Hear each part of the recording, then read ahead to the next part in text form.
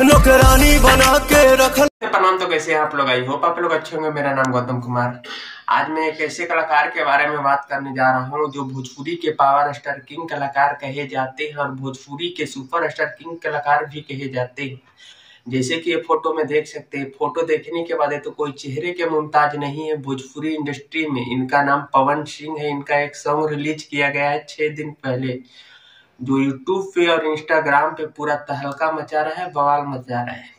ये song web music से release किया गया है 6 दिन पहले, जो अभी 1 नंबर पे ट्रेंड कर रहा है यूट्यूब पे, जैसे कि देख सकते हैं। इंस्टाग्राम पे 8 नंबर पे ट्रेंड कर रहा है, जैसे कि देख सकते हैं। ये भी ये सॉन्ग का बोल है, टाइटल है अहो राजा।